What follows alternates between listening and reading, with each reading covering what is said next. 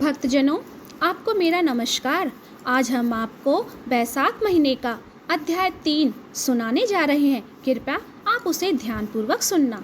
जय श्री विष्णु लक्ष्मी की जय।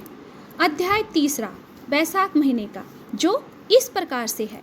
नारद जी ने कहा कि हे नृपेंद्र, बैसाख महीने में किसी उत्तम ब्राह्मण को अथवा गर्मी में थके हुए मनुष्य को शैया दान करें अथवा सुखदायक स्थान पर सुलाकर हवा करें तो ऐसे मनुष्य को शरीर के रोग नहीं सताते तथा उसके समस्त पाप शांत हो जाते हैं।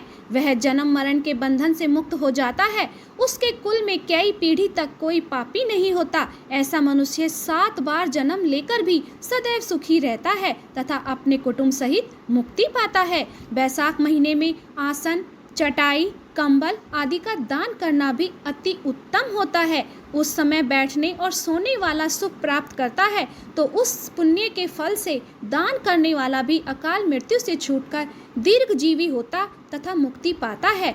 जो मनुष्य गर्मी के कारण दुखी ब्राह्मण को पतले वस्त्र दान करता है, वह चिरंजीवी होता है। कपूर शरीर की गर्मी शांत करने वाला है, अतः उसका दान करने से भी परम गति की प्राप्ति होती है। जो मनुष्य ब्राह्मण को फूल और कुमकुम का दान करते हैं, वे समस्त पृथ्वी के राजा बनते हैं। ऐसा मनुष्य पुत्र पौत्रों से युक्त हो अंत में मुक्ति पाता है। चंदन तथा हल्दी का दान त्वचा के दुख दूर करता है। गोरोचन, कस्तूरी, खस, चंपा आदि का दान करने वाले मनुष्य की देवता भी सराहना करते हैं और वह त्रिविध तापों से छूटकर मुक्ति पाता है। केतकी और मल्लिका दान करने वाला व्यक्ति विष्णु की आज्ञा से बैकुंठ लोक को प्राप्त करता है।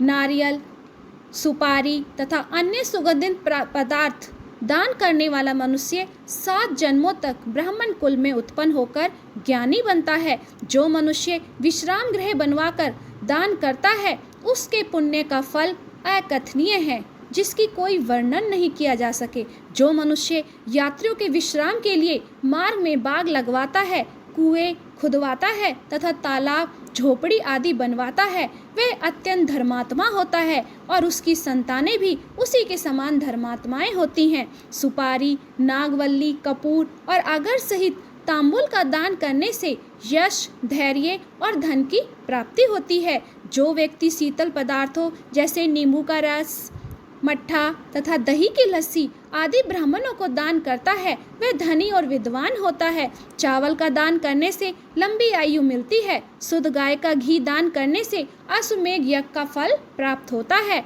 मेष संक्रांति में ककड़ी और गुड़ का दान करने से पापों का नाश होता है। सूर्य की तपन को शांत करने के लिए ईख का दान करने से अनंत पुण्य होता है। सायंकाल की थकावट को दूर करने के लिए पक्के फलों का दान करने वाले के पितरों को भी अमृत मिलता है और उस मनुष्य को सायुज्य मुक्ति मिलती है। जल युक्त कुंभ का दान पितरों का गया श्राद्ध करने जैसा फलदायक होता है।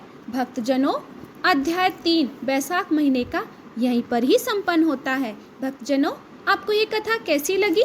अगर अच्छी लगी हो तो लाइक, शेयर, कमेंट और सब्सक्राइब करना और प्रेम से बोलना, जय श्री विष्णु हरि, जय विष्णु लक्ष्मी की सदा ही जय हो।